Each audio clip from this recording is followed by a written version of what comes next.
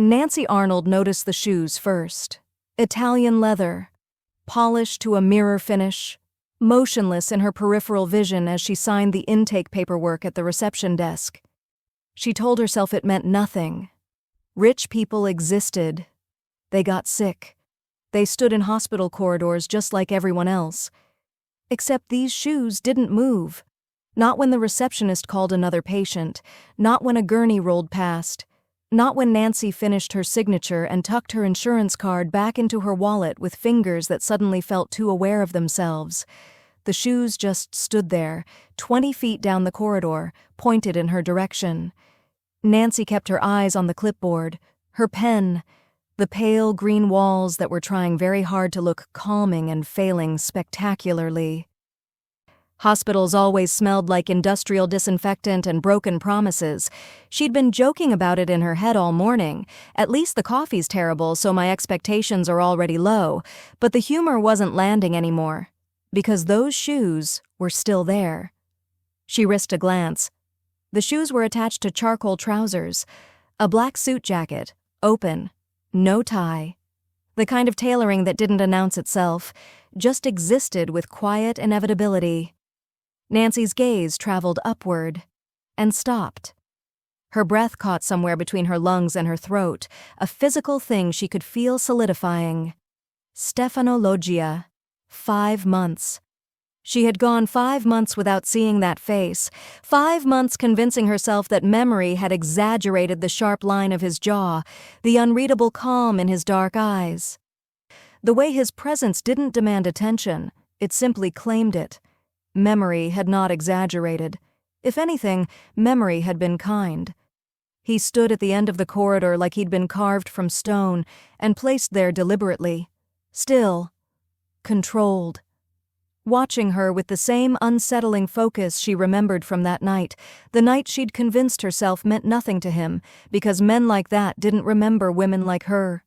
Their eyes met. Nancy forgot how to breathe properly.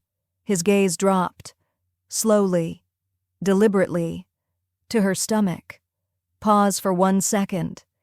If you were 5 months pregnant, walking into a hospital for a routine checkup, and you suddenly saw the man you shared one unforgettable night with standing there, powerful, unreadable, and completely unprepared for the truth, what would you do? Would you turn and run, or face him? Tell me in the comments, and don't forget to say where you're watching from, because I want to know how far Nancy and Stefano's story reaches. And if you love intense mafia romances filled with secrets, tension, and slow-burning obsession, like this video, subscribe to Bella Romance Stories, and stay with me, because what happens next will change everything. The air in the corridor changed, thickened, became something she had to push through just to stay upright. Nancy's hand moved instinctively to her belly, a defensive gesture she'd been doing unconsciously for weeks now. The slight swell was hidden beneath her oversized sweater, invisible to anyone who didn't know to look. Stefano knew to look. He didn't move, didn't speak. His expression remained perfectly, devastatingly neutral, but his eyes were doing math. Nancy felt her heart hammering against her ribs, each beat too loud, too obvious. The receptionist was saying something about waiting rooms and appointment times, but the words were just noise now, meaningless static. Because Stefano Loggia was here, in this hospital, looking at her like she was an equation he'd just solved. She wanted to run. She wanted to laugh. She wanted to ask him if he was kidding right now, if the universe had a sick sense of humor, or if she'd done something terrible in a past life to deserve this level of cosmic irony. Instead, she stood frozen, one hand still pressed protectively against her stomach, while a man she'd spent one reckless night with 5 months ago stared at her like she'd just rewritten every plan he'd ever made. A nurse passed between them, clipboard in hand, sensible shoes squeaking against the linoleum. Stefano didn't look away. Nancy's brain was screaming at her to move, to say something, to do anything other than stand there like prey caught in headlights. But her body wasn't listening, because Stefano was moving now, not quickly, not urgently, just inevitably, 3 steps closer, then 4, each movement controlled, purposeful, like he'd already calculated the exact distance needed. He stopped 6 feet away, close enough that Nancy could see the faint shadow of exhaustion beneath his eyes, close enough that she could smell something expensive and understated, sandalwood, maybe, or cedar, close enough that when he spoke, his voice was low enough that only she could hear it. Nancy. Her name in his mouth felt like a key turning in a lock she hadn't known existed. Stefano. Her voice came out steadier than she expected. Small miracle. Funny meeting you here. His gaze flicked down to her stomach again, back to her face. 5 months, he said quietly. It wasn't a question. Nancy swallowed. Give or take. Give or take, he repeated, and something in his tone made her skin prickle. She forced herself to meet his eyes. I had an appointment. You're, visiting someone? No. The single word hung between them, heavy with implication. Nancy's pulse was doing something complicated and unhelpful. So you're here for business, Stefano said. Then, after a pause that felt deliberate, an injury. Nothing serious. Nothing serious. Right. Because men who looked like him, who moved like him, definitely got injured doing normal, non-terrifying things. She should leave. She should make an excuse. Grab her bag and walk out of this hospital before what? Before he asked? Before she had to say it out loud? Stefano shifted slightly, and Nancy realized with a jolt that he'd positioned himself between her and the rest of the corridor. Not aggressively, not obviously, just there. A nurse approached, young and efficient, tablet in hand. She glanced at Stefano, then at Nancy, then back to Stefano with the particular hesitation of someone who'd learned to read a room quickly. Mr. Loggia, the doctor can see you now if you're— A moment, Stefano said, not looking at her. The nurse nodded and retreated. Nancy's throat felt tight. You should go. Should I? It wasn't a question that time either. She lifted her chin, forcing herself to hold his gaze. I'm fine. I have an appointment. You have an appointment. We don't need to— Is it mine? The question landed like a physical blow. Nancy's breath hitched. She wanted to lie, wanted to laugh it off, make a joke about terrible timing and cosmic coincidences. But Stefano was looking at her with those dark, unreadable eyes, and she knew that he'd already done the math, already counted the weeks, already reached the same inescapable conclusion she'd been living with for 2 months. Before she could answer, another nurse appeared, older, no nonsense, with a different tablet and a practiced smile. Ms. Arnold, we're ready for you in— She paused, noticing Stefano. Her smile became more cautious. Oh, I'm sorry. Should I— Stefano didn't look away from Nancy. But when he spoke, his voice carried that same quiet authority that made people listen without understanding why. Yes, the nurse led them to a consultation room. Not the exam room Nancy had been expecting. No paper-covered table, no motivational posters about prenatal vitamins. Just 4 walls, 2 chairs, and a desk with nothing on it. The door closed with a quiet click that felt louder than it should have. Nancy remained standing. Stefano waited by the window, hands in his pockets, looking out at the parking lot below. He didn't fill the space aggressively, didn't pace or loom or do any of the things men did when they wanted you to feel small. He just stood there, and somehow that was worse. So, Nancy said, because silence felt like quicksand. Is this the part where you ask if I'm sure? No. No? Stefano turned from the window. I'm not going to ask if you're sure. Why not? Because you wouldn't be here if you weren't. Nancy crossed her arms. A defensive gesture she immediately regretted because it made her look exactly as uncertain as she felt. Maybe I'm here for something else. Maybe the timing is just— May 14th, Stefano said quietly. Nancy's breath caught. A Friday, he continued, voice even. You were wearing a gray sweater.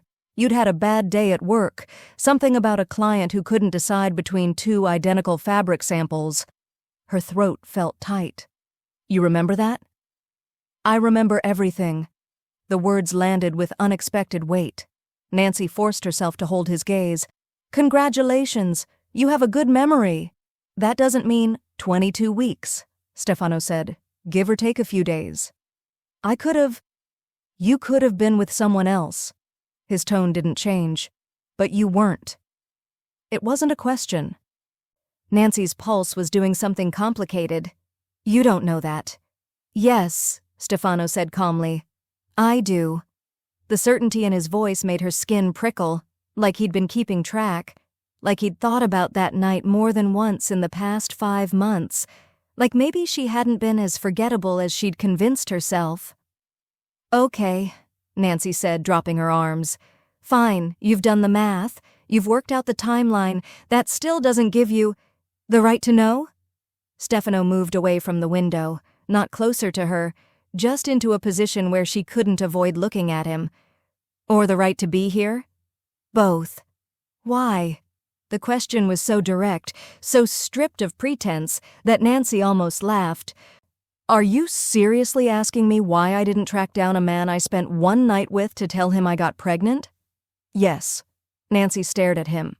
Because it was one night, Stefano.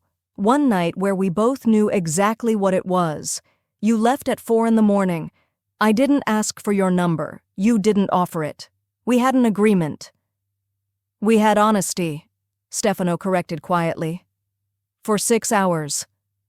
That's more than most people manage in a lifetime. Nancy felt something twist in her chest, a feeling she absolutely did not have time for right now. That doesn't change what this is. You don't owe me anything. I don't owe you. You're carrying my child. The words hung between them, simple and devastating. Nancy swallowed. Biology doesn't make you a father. No, Stefano agreed. But it makes this my responsibility.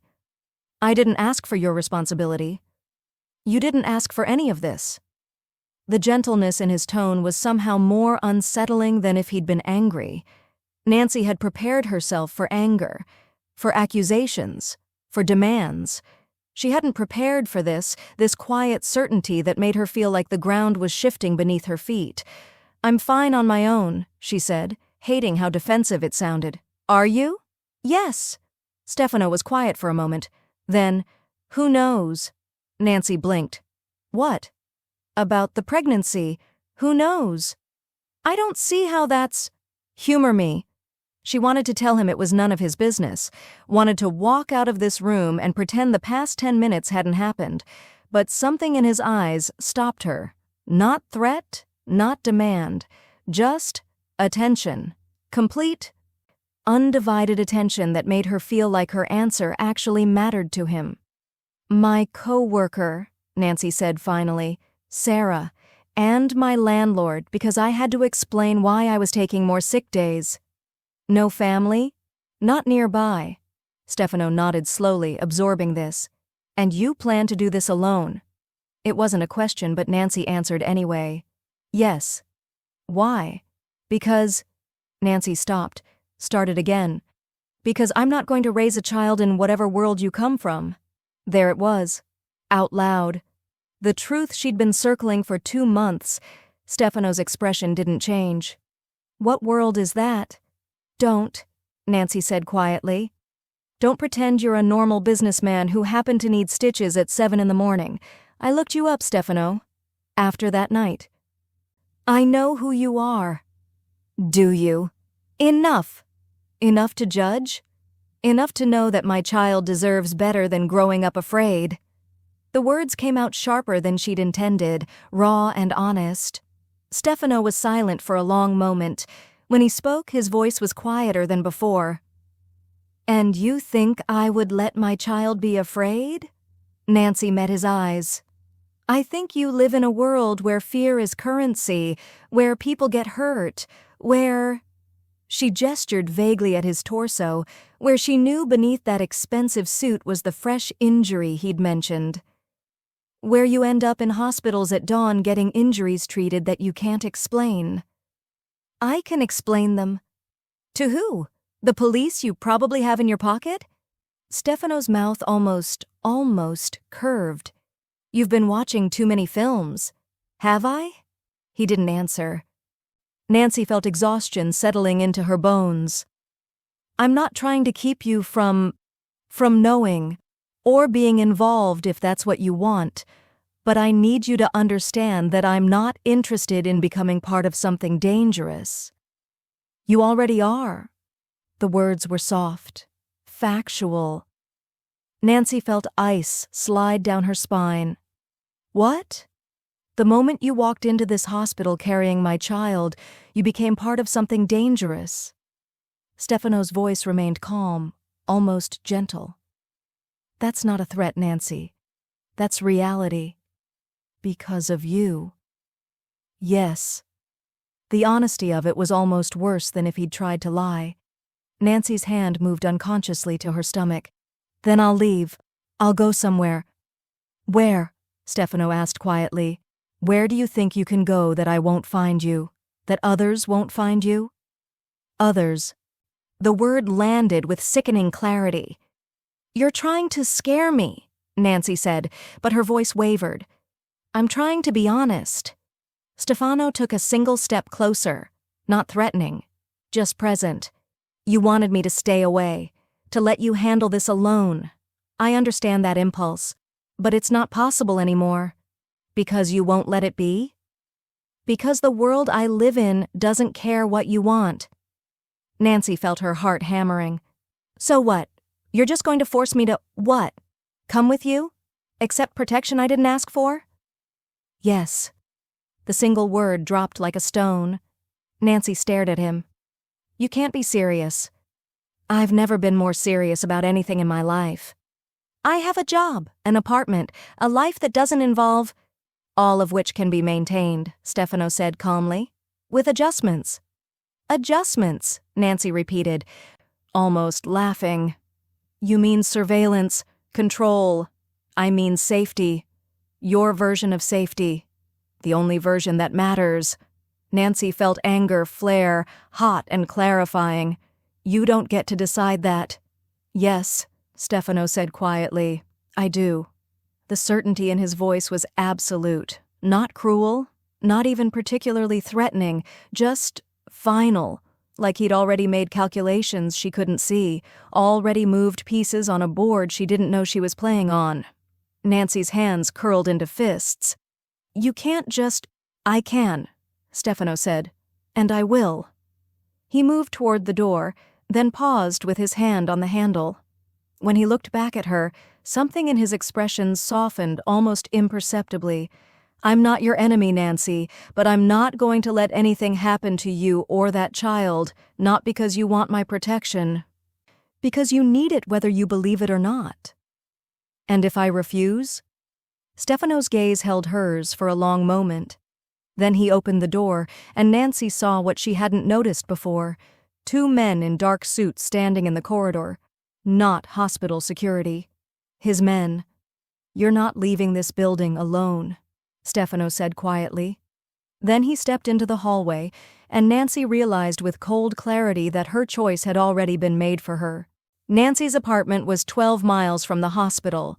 She knew this because she'd mapped it carefully when choosing her obstetrician. 12 miles meant 20 minutes in light traffic, 35 in rush hour. A manageable distance, a safe distance. She mentioned this to Stefano as they walked toward the elevator. He didn't respond.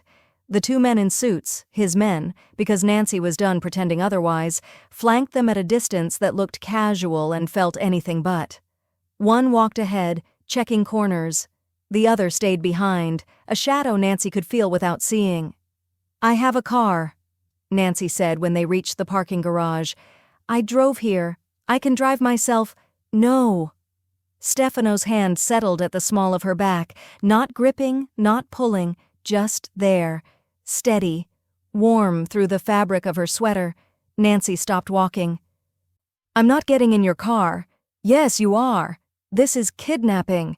This is precaution. Stefano's voice remained maddeningly calm. "Your car will be delivered to your apartment this afternoon." "How do you even know where—" Nancy stopped, felt something cold settle in her stomach. "You had me followed." It wasn't a question. Stefano didn't deny it. Nancy pulled away from his touch. "How long? Does it matter?"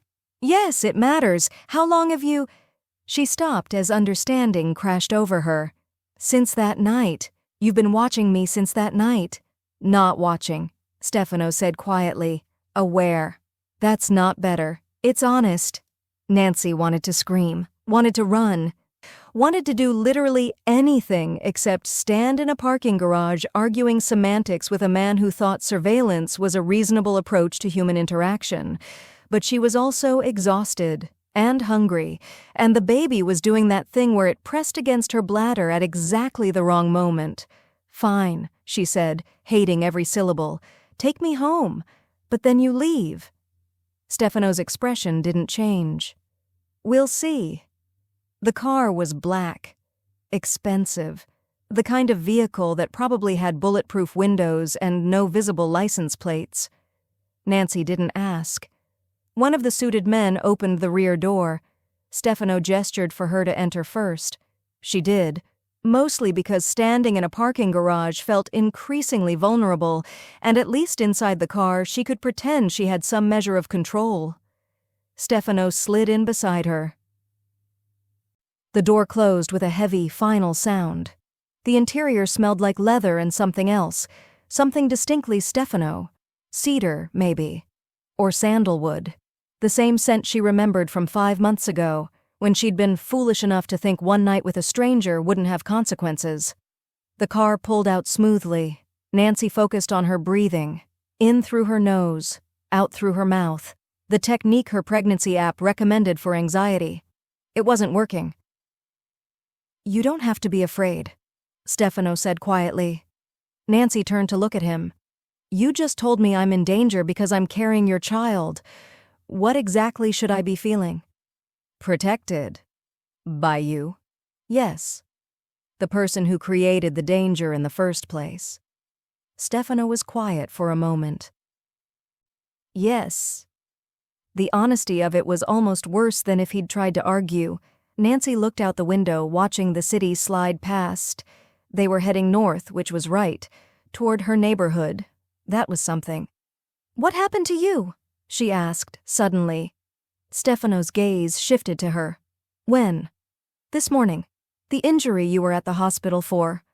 "Business." "That's not an answer." "It's the only answer you need." Nancy's jaw tightened. "If I'm supposed to trust you with my safety, don't you think I deserve to know what kind of business leaves you bleeding?" "No." The single word was delivered without heat. Just fact. Nancy felt frustration building. "You can't just—" "I can," Stefano said quietly. "And I will. There are parts of my world you don't need to see, Nancy." "Parts I won't let you see?" "Because you're protecting me?" "Yes. Or because you're protecting yourself." Something flickered in Stefano's expression, too fast to read, gone before Nancy could interpret it. "Both," he said finally. The honesty surprised her into silence. They drove for another 2 minutes before Nancy noticed. The car was slowing down, not stopping, just moving more carefully, deliberately. The man in the passenger seat, not the driver, shifted in his seat, said something low in Italian. Stefano's posture changed, not dramatically, not obviously, just sharpened. Nancy's pulse quickened. "What's wrong?" "Nothing." "You're lying." Stefano's hand moved to his phone. He typed something one-handed, gaze still on the road ahead. "We're taking a different route." "Why?" "Precaution." That word again. Nancy was starting to hate it.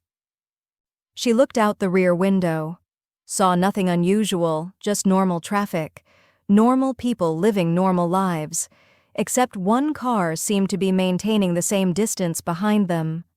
Black sedan, tinted windows, like theirs. "Someone's following us," Nancy said, hating how her voice wavered.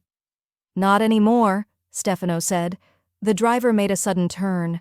Smooth, controlled, but fast enough that Nancy had to brace herself against the seat. The black sedan didn't follow. But 2 blocks later, a different car appeared in the rearview mirror. Gray this time. Same tinted windows. Nancy's mouth went dry. Stefano. I see it. His voice remained calm, but his hand had moved to rest on the seat between them, close to her, not touching, but ready to.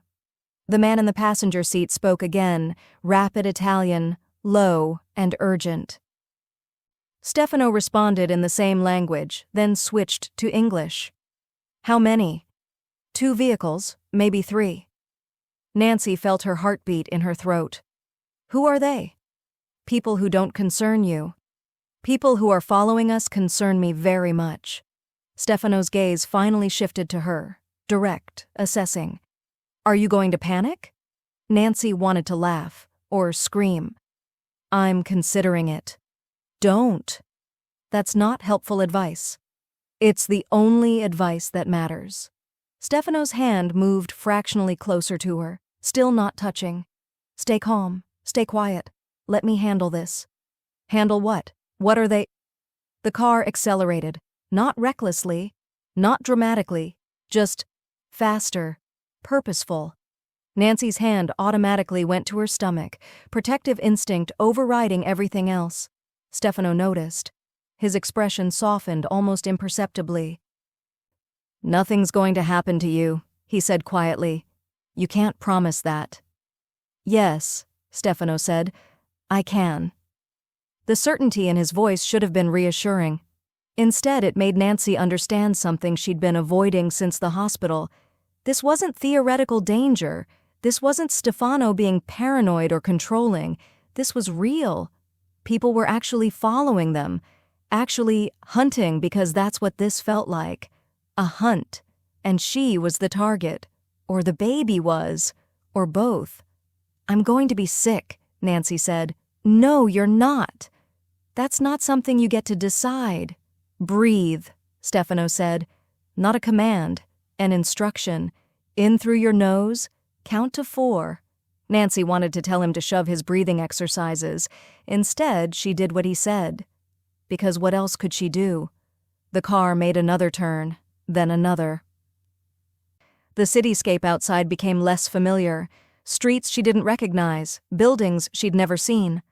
Where are we going? Nancy asked. Somewhere safe. That's not an answer. It's the only one I have right now. Nancy looked at him, really looked at him, saw the tension in his jaw that his calm voice couldn't hide, the way his eyes kept tracking movement outside the windows. He was afraid. Not for himself, she realized. For her. This is because of me, Nancy said quietly. Isn't it? They're following us because I exist, Stefano corrected. You just gave them something to target. The distinction felt meaningless. Nancy turned back to the window. The gray car was still behind them, persistent, patient. How far to my apartment? We're not going to your apartment. Nancy's head snapped around. What? It's not safe. I said your car would be delivered there. I didn't say we were going there. Nancy felt panic rising. Real panic this time, sharp and breathless. Where are you taking me? Somewhere they can't reach you. Stefano, trust me. I don't. His gaze held hers. Then trust that I have more to lose than you do if anything happens to that child. The words landed like a physical blow. Nancy opened her mouth to respond, but no words came out because she understood now, truly understood, what she'd walked into. This wasn't about control, wasn't about Stefano being possessive or demanding. This was about survival. His, hers, the life growing inside her. The car turned again, and Nancy stopped trying to track their location, stopped trying to map their route home.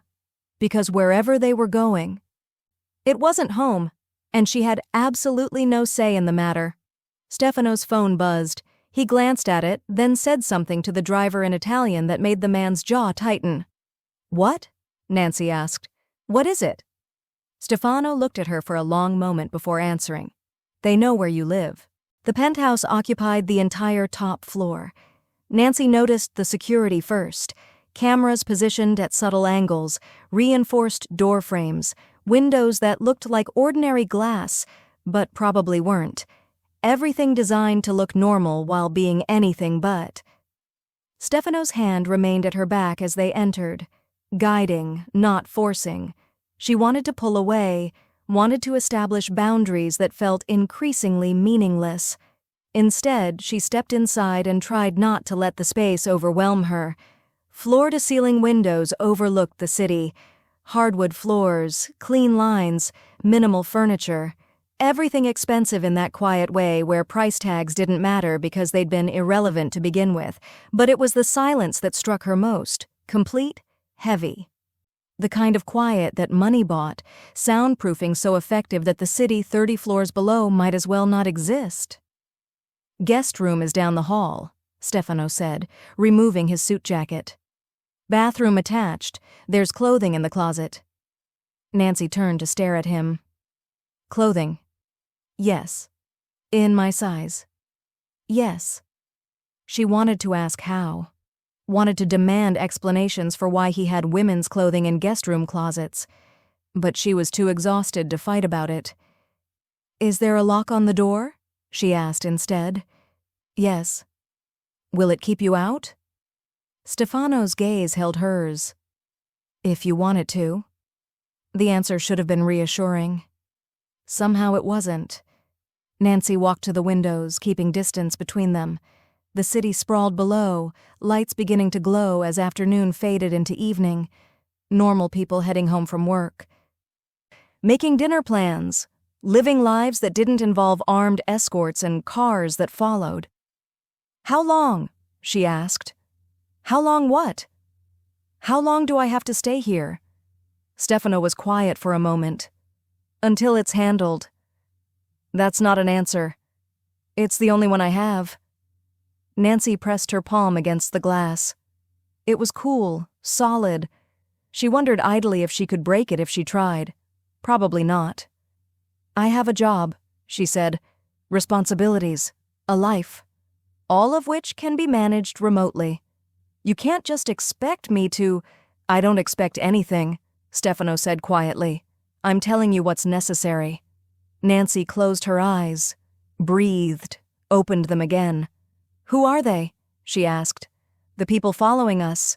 Competitors. That's a polite word for it. Yes. Nancy turned to face him. And they want what? To hurt you? To hurt me? To leverage you. The distinction felt meaningless. By doing what? Stefano's expression remained neutral. Whatever achieves their goal. Nancy's hand moved to her stomach. The protective gesture was becoming automatic. Which is? Control. Territory. Revenge. Stefano moved to the kitchen area. Open concept. Everything visible. Started making tea without asking if she wanted any. The specifics don't matter. The threat does. And you think keeping me here keeps me safe. I know it does. The certainty in his voice made something twist in Nancy's chest. How many people are watching us right now? Stefano glanced up from the kettle. Security? Yes. 3 on this floor. 2 in the building. 4 monitoring remotely. 9 people. 9 strangers whose job was to make sure she didn't leave, or that no one got in. Nancy wasn't sure which thought was more unsettling. That must be expensive, she said. Yes. And you're doing this because that child is mine, Stefano said simply, and you're carrying it. Nancy wanted to argue, wanted to point out that biology didn't equal ownership, that she'd never asked for protection she didn't want, but she was tired and hungry, and the baby was doing somersaults that made her nauseous. Where's the guest room? She asked. Stefano gestured down the hall. Second door. There's food in the refrigerator. Help yourself. Nancy nodded and started walking, then stopped. Stefano. He looked at her. If I wanted to leave? You won't, But if I did, Stefano held her gaze, then I'd ask you not to, and then I'd make sure you stayed anyway. The honesty was almost refreshing. Nancy continued down the hall without responding. The guest room was smaller than she'd expected, still larger than her entire apartment, but comparatively modest. A queen bed with white linens, a desk, a chair by the window, everything clean and impersonal, like a hotel room designed by someone with too much money and too little imagination. Nancy opened the closet. The clothing was organized by type and color. Maternity wear, comfortable, well-made, exactly her size. Jeans, sweaters, dresses she'd never wear but someone had thought she might need. She pulled out a soft gray sweater and held it up. The fabric was expensive, cashmere probably. The tag was still attached. Everything was new, bought specifically for her, or for whatever woman ended up in this room. Nancy wasn't sure which possibility bothered her more. She changed clothes mechanically, trying not to think too hard about how Stefano knew her size, trying not to wonder how long he'd been planning this. When she emerged 20 minutes later, Stefano was standing by the windows with his phone to his ear, speaking Italian in that low, controlled tone that probably intimidated the person on the other end. He ended the call when he saw her. "Tea's on the counter," he said, "and food." Nancy found a plate, waiting, sandwich, fruit. Nothing fancy, but everything she would have chosen herself. The tea was chamomile, prepared exactly how she liked it. She didn't ask how he knew. "You remembered?" she said instead. Stefano's gaze met hers. "I told you? I remember everything." Nancy picked up the mug, grateful for something to do with her hands. "That night. When you left, I didn't want to." The admission surprised her into silence. Stefano continued, voice quiet. "I had to. Business that couldn't wait, but I didn't want to." "You could have said that." "Would you have believed me?" Nancy thought about it. About the woman she'd been 5 months ago, confident in her independence, certain that one night with a stranger was exactly that. One night. "No," she admitted. "Then it wouldn't have mattered." They stood in silence, Nancy sipping tea, Stefano watching her with that unsettling focus she was beginning to recognize. Not threatening, not even uncomfortable, just present. Completely, undeniably present. "Why that night?" Nancy asked suddenly. "Why me?" Stefano was quiet for a long moment. "Because you looked at me like I was human," he said finally. "Not dangerous, not useful. Just human." Nancy's throat felt tight. "You are human. Most people forget that. Maybe you make them forget." Stefano's mouth almost curved. "Maybe." Nancy set down her mug. "I should eat something." "You should rest." "I'm not tired." "You're exhausted." He was right. Nancy hated that he was right. She picked up the sandwich, more to have something to focus on than because she was hungry. The bread was good, fresh. Someone had made this recently. "Do you have staff here?" she asked. "No." "Then who?" "I made it." Nancy stopped chewing. Looked at him. Stefano met her gaze evenly. "I can make a sandwich, Nancy." "Mafia bosses don't make sandwiches." "This one does." Something about that image, Stefano Loggia, standing in his pristine kitchen making her food, made Nancy's chest ache in a way she absolutely did not have time to examine. She finished eating in silence, hyper-aware of his presence, even though he wasn't crowding her, wasn't hovering, just existed in the same space, close enough to help if needed, far enough to let her breathe. When she was done, she washed her plate in the sink. Stefano didn't tell her to leave it, didn't offer to do it himself. Just watched. "I'm going to lie down," Nancy said finally. Stefano nodded. "If you need anything, I'll figure it out." His expression didn't change, but something in his eyes suggested he knew she was lying. Nancy retreated to the guest room, closed the door, and tested the lock. It engaged with a solid click. She sat on the bed, then lay back, staring at the ceiling. Her phone buzzed in her pocket. She'd almost forgotten she had it. A text from Sarah. "Where are you? You missed our meeting." Nancy stared at the message, tried to formulate a response that wouldn't sound insane. Something came up.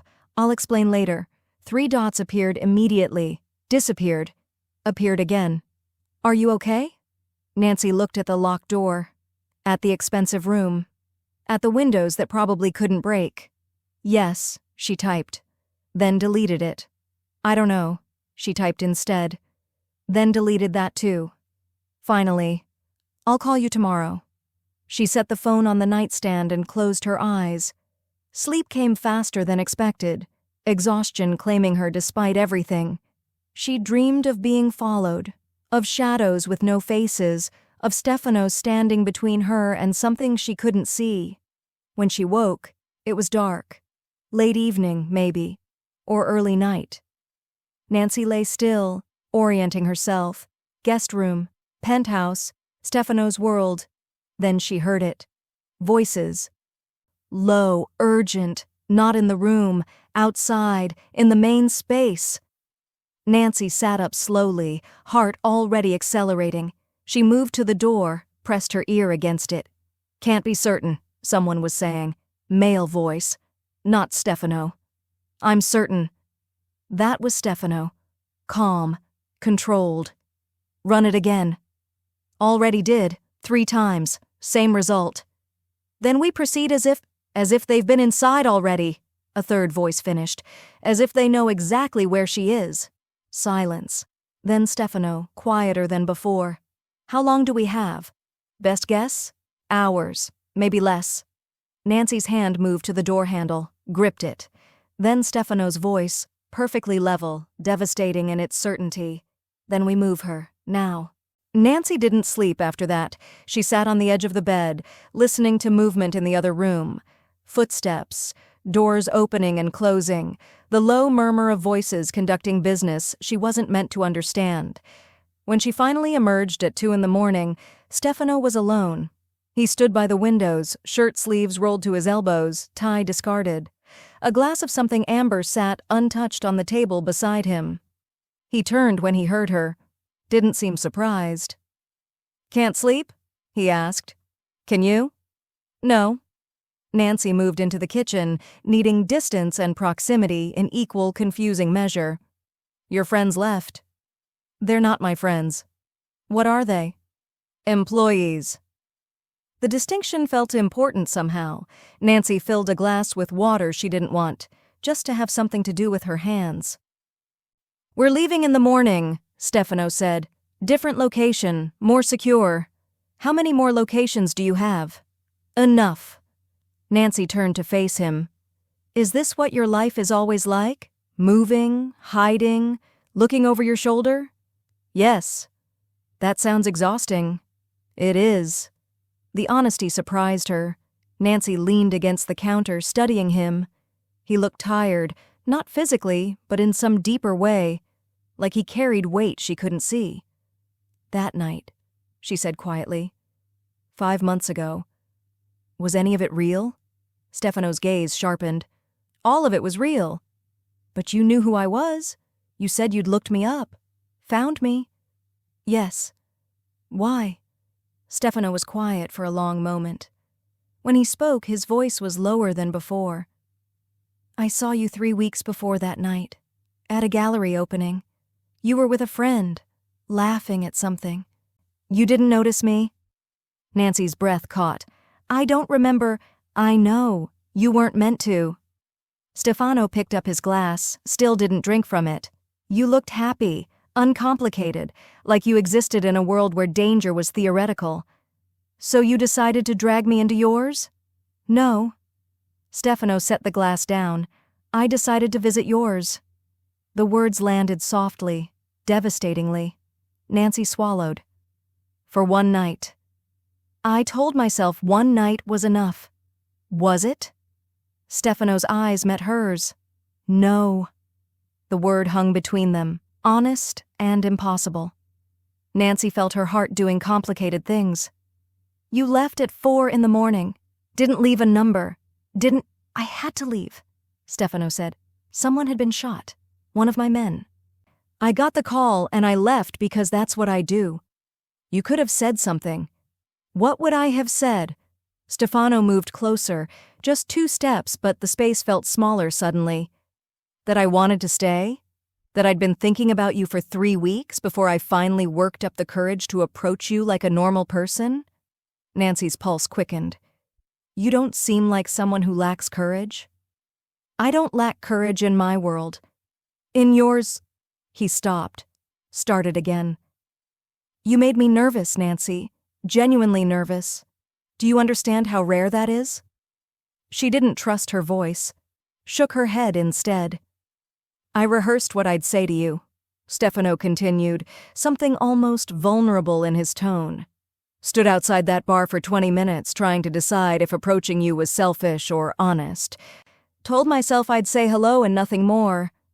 You said more than hello? You smiled at me, really smiled, like you were glad I'd walked over. Stefano's gaze held hers. I forgot every rule I'd made for myself. Nancy's throat felt tight. That makes 2 of us. Do you regret it? The question was asked quietly, but Nancy heard the weight behind it. I should, she said honestly, but I don't. Something shifted in Stefano's expression. Relief, maybe, or recognition. He moved closer, not crowding, just closing distance.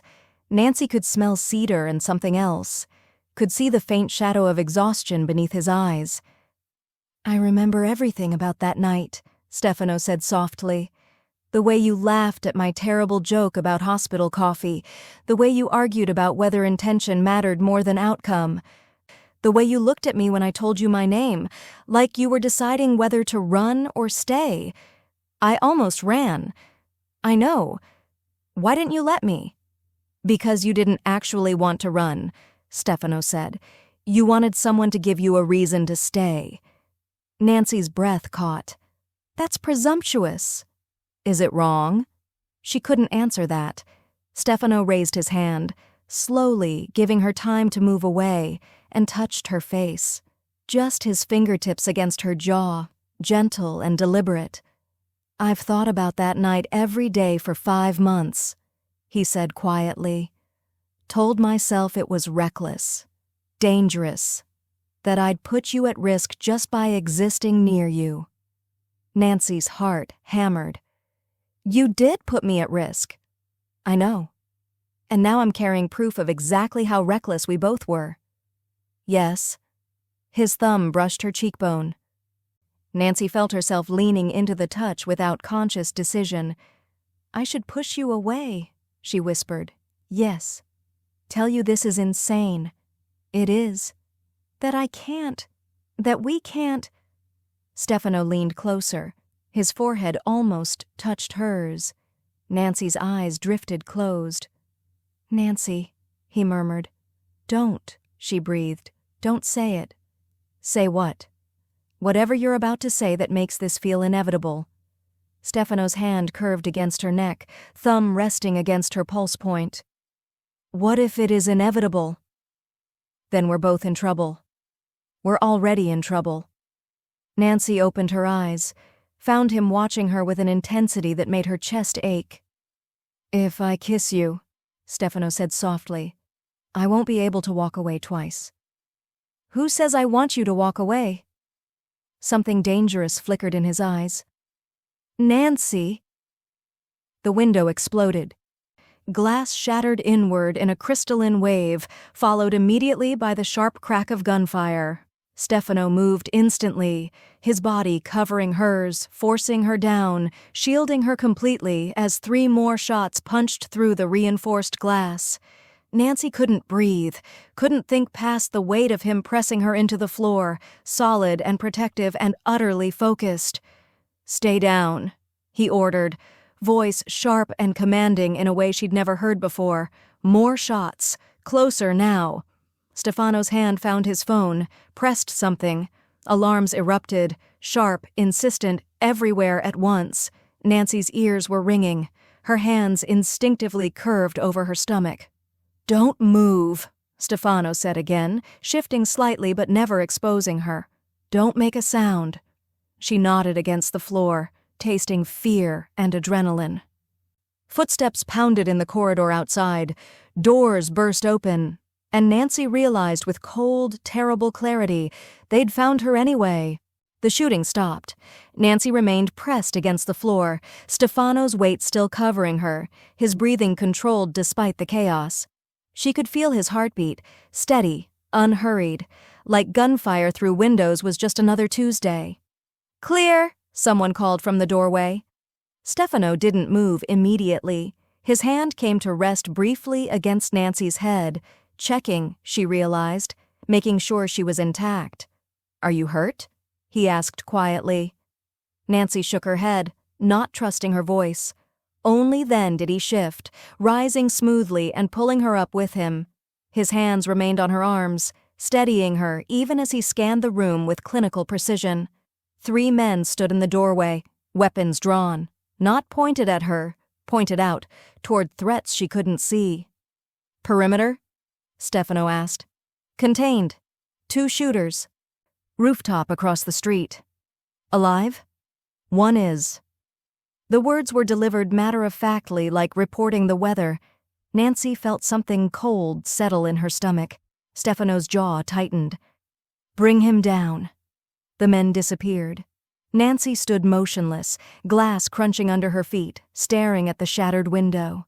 Cold air poured in, carrying the smell of gunpowder and city night. "Nancy." Stefano's voice pulled her back. "Look at me." She did. Saw something in his expression she couldn't name. Concern, maybe? Or calculation. "I need you to go to the guest room," he said. "Lock the door. Don't open it for anyone but me." "What are you going to do?" "What needs to be done?" Nancy's hands curled into fists. "That's not an answer." "It's the only one you're getting." Stefano guided her toward the hallway, gentle but unyielding. "Please." "Nancy, just this once, don't argue." She wanted to demand explanations, assurances, anything that made this feel less like a nightmare. But his eyes held something that stopped her. Not threat, not anger, fear. For her. Nancy nodded and walked to the guest room on unsteady legs.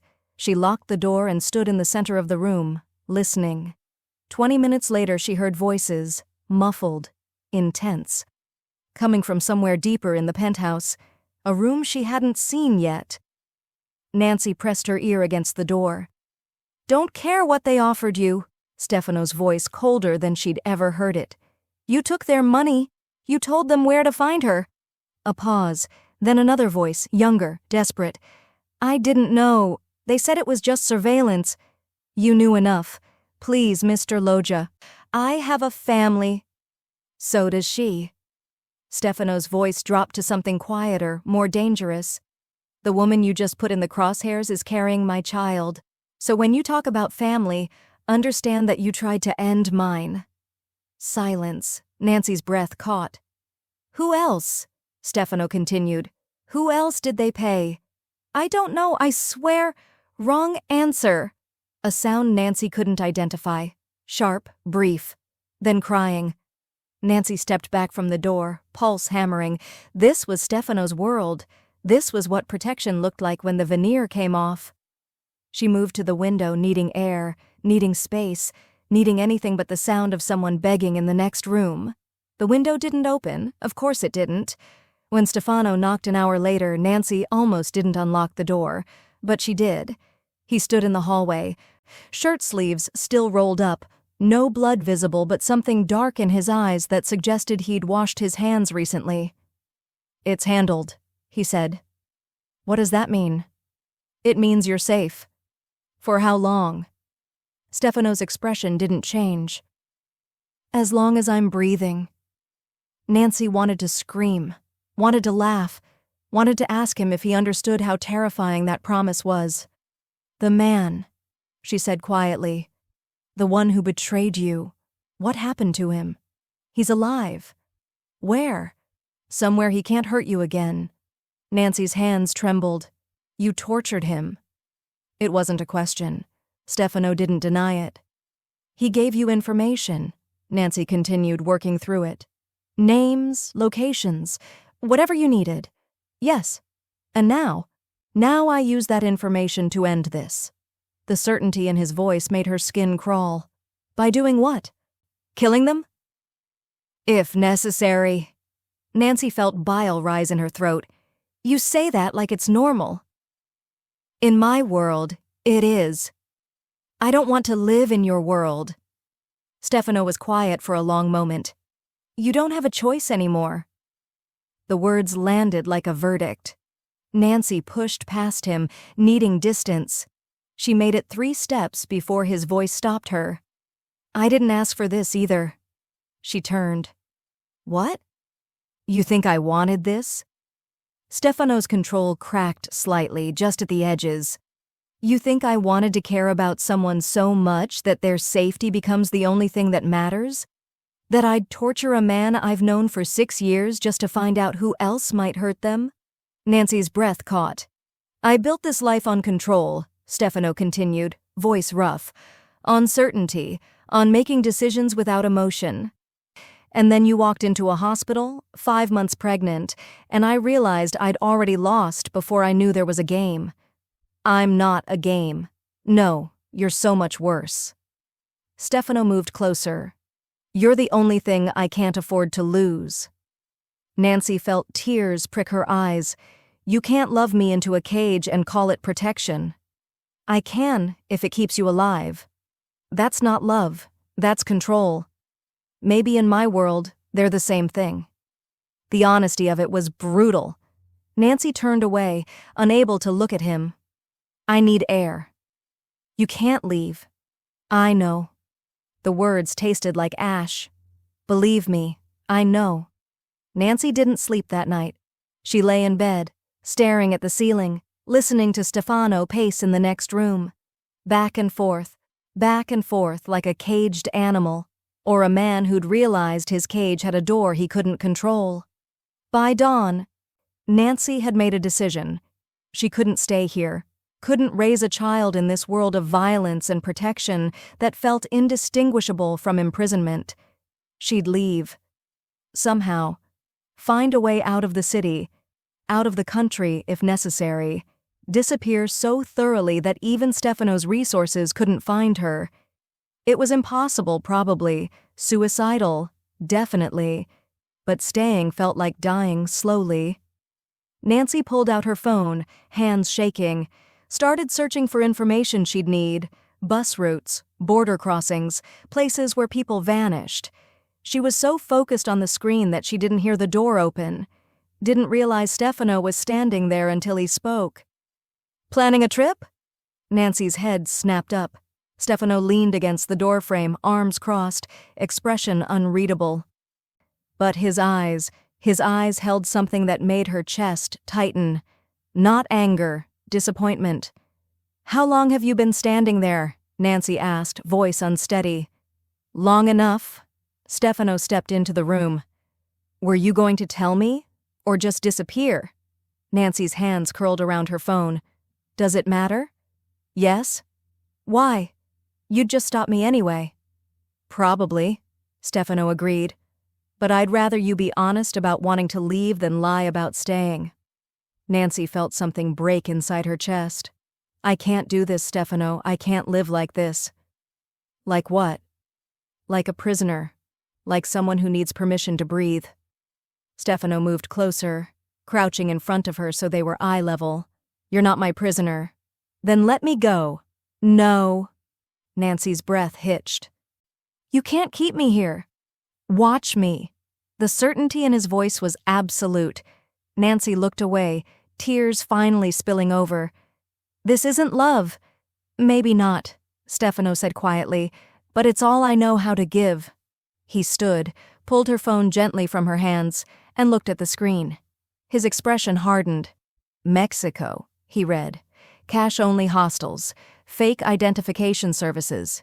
His gaze lifted to hers. You were serious. Yes. Stefano pocketed her phone. Not anymore. Nancy surged to her feet. You can't just... I can. Stefano's voice remained maddeningly calm. And I will. Because if you run, Nancy, you won't make it past the city limits before they find you. And when they do... He stopped. Didn't finish the sentence. He didn't have to. Nancy sank back onto the bed, defeated. Stefano watched her for a long moment.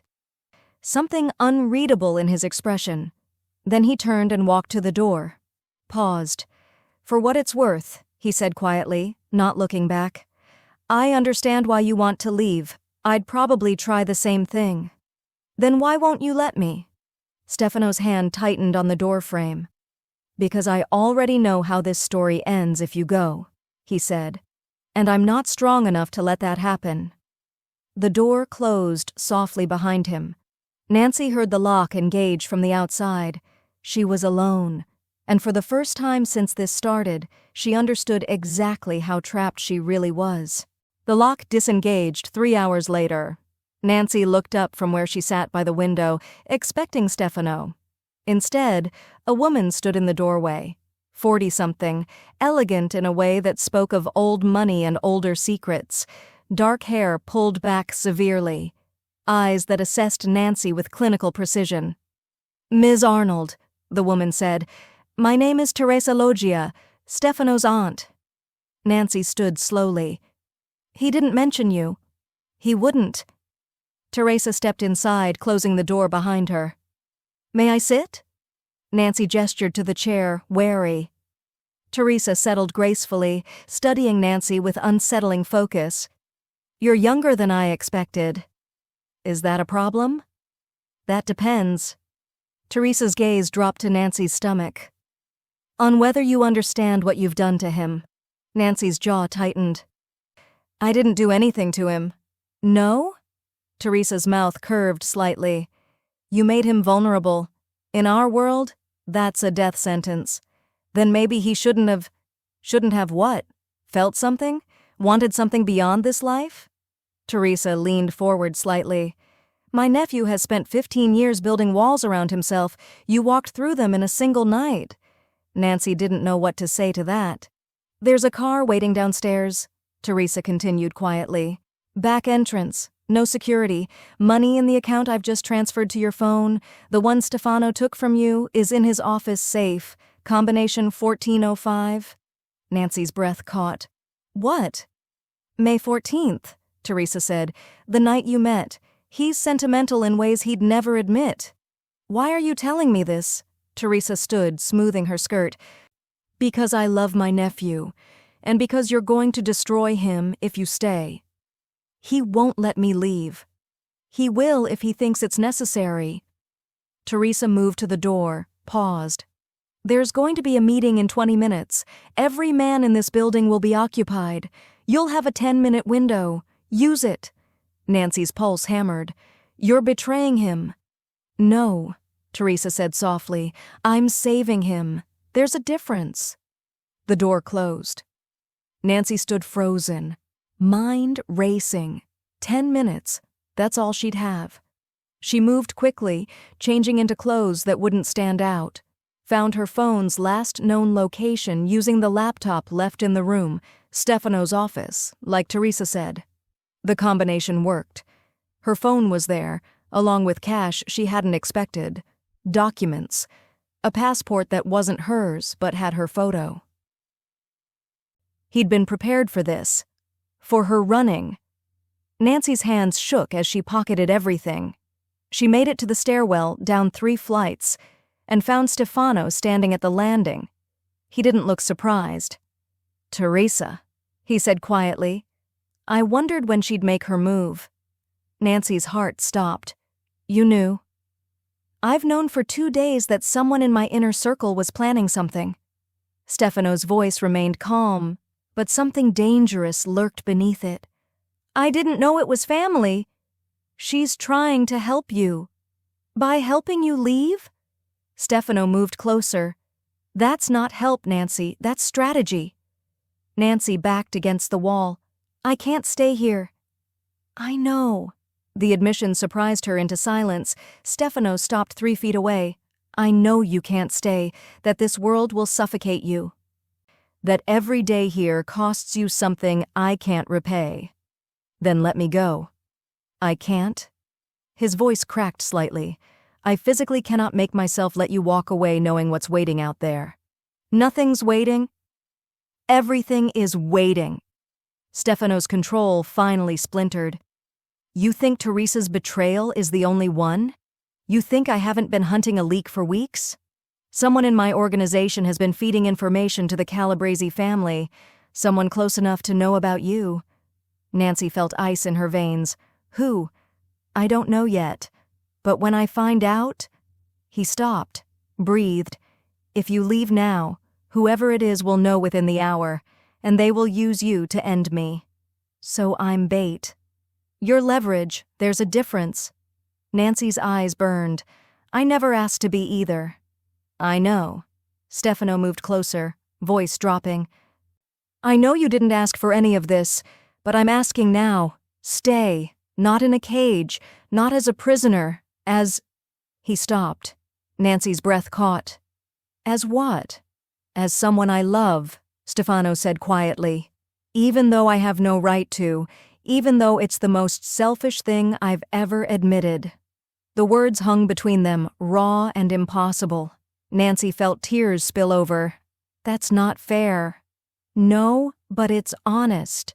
She wanted to argue, wanted to tell him love wasn't supposed to feel like drowning, but she couldn't, because some traitorous part of her had known for weeks that she loved him back.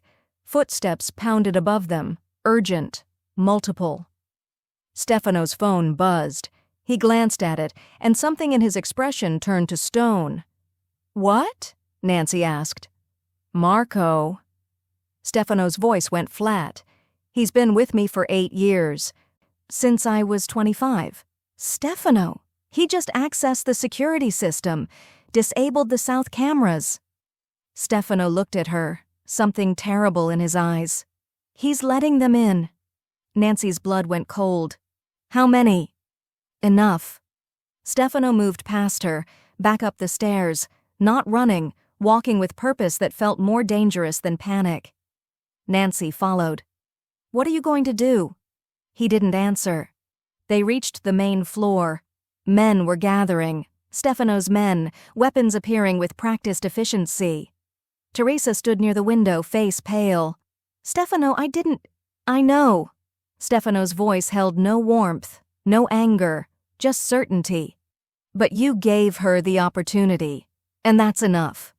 He pulled out his phone, pressed a single contact. When he spoke, his voice carried the weight of absolute authority. The penthouse became a fortress in under 2 minutes. Nancy watched from the corner where Stefano had positioned her, behind reinforced walls, protected by 2 men whose names she didn't know but whose competence was evident in their silence. Stefano stood in the center of the room, phone to his ear, speaking rapid Italian.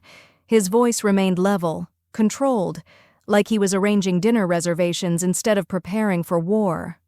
Marco, he said into the phone, switching to English. I know you're listening. Silence on the line. Then, Stefano, I can explain. You disabled the south cameras 19 minutes ago. You've been on Calabrese's payroll for 6 months. You told them about Nancy 3 weeks ago. Stefano's tone didn't change. What's left to explain? They have my sister. I know. I've had people watching her since yesterday. She's safe now. Stefano moved to the window, looking down at the street below. You should have come to me. I couldn't. You could have. You chose not to. Stefano's jaw tightened. How many are coming? A pause. 12. Maybe 15. Armed? Yes. When? They're already in the building. Stefano ended the call, turned to his men. 3 teams, stairwells and elevator. No one gets past the 20th floor. They moved immediately, silent and efficient. Only one remained with Nancy, older, gray at the temples, eyes that had seen too much. I'm Victor, he said quietly. I won't let anything happen to you. Nancy nodded, not trusting her voice. Stefano approached, crouching in front of her. Stay here. Don't move unless Victor tells you to. Where are you going? To end this. Nancy grabbed his wrist. You said 12 people. You have What? 8 men here? 7 now. That's not enough. It will be. Stefano covered her hand with his. Trust me. I do. That's the problem. Something softened in his expression. He leaned forward, pressed his forehead to hers briefly. This ends tonight, one way or another. Then he was gone. Nancy counted the minutes by her heartbeat. Distantly, she heard sounds, sharp cracks that might have been gunfire or doors slamming, shouting in Italian, something heavy hitting the floor. Victor stood motionless by the door, weapon drawn, listening. Is he winning? Nancy whispered. Mr. Loggia doesn't lose. It wasn't an answer, but it was something. More sounds. Closer now. Victor's posture shifted slightly. Get behind the desk. Nancy moved, pressing herself against solid wood, hands protectively over her stomach. The door burst open. Not Stefano. A man she didn't recognize, blood on his shirt, wild-eyed and desperate. Victor fired once. The man dropped. Nancy bit back a scream. Stay down, Victor ordered, moving to check the corridor. He didn't see the second man until too late. The shot caught Victor in the shoulder, spinning him back. He returned fire even as he fell, and the attacker collapsed. Then silence. Nancy's ears rang. Her breathing came too fast, too shallow. Victor was on the ground, conscious but bleeding. Go, he gasped. Back room. Lock yourself. Footsteps in the hallway. Nancy froze. Stefano appeared in the doorway, and Nancy's chest loosened until she saw the blood. His left side, dark and spreading. His face pale but composed. He moved like the injury didn't exist, but Nancy saw the way he favored his right side. Victor, Stefano said calmly. Status? Through and through, I'm fine. Stefano moved to Nancy, checking her with his eyes before his hands. You're okay? I'm fine. You're shot. Grazed. That's not grazed. Nancy. His voice held exhaustion she'd never heard before. I'm fine. He wasn't. She could see it in the way he breathed, shallow and careful, in the slight tremor in his hands that he couldn't quite control. How many? She asked.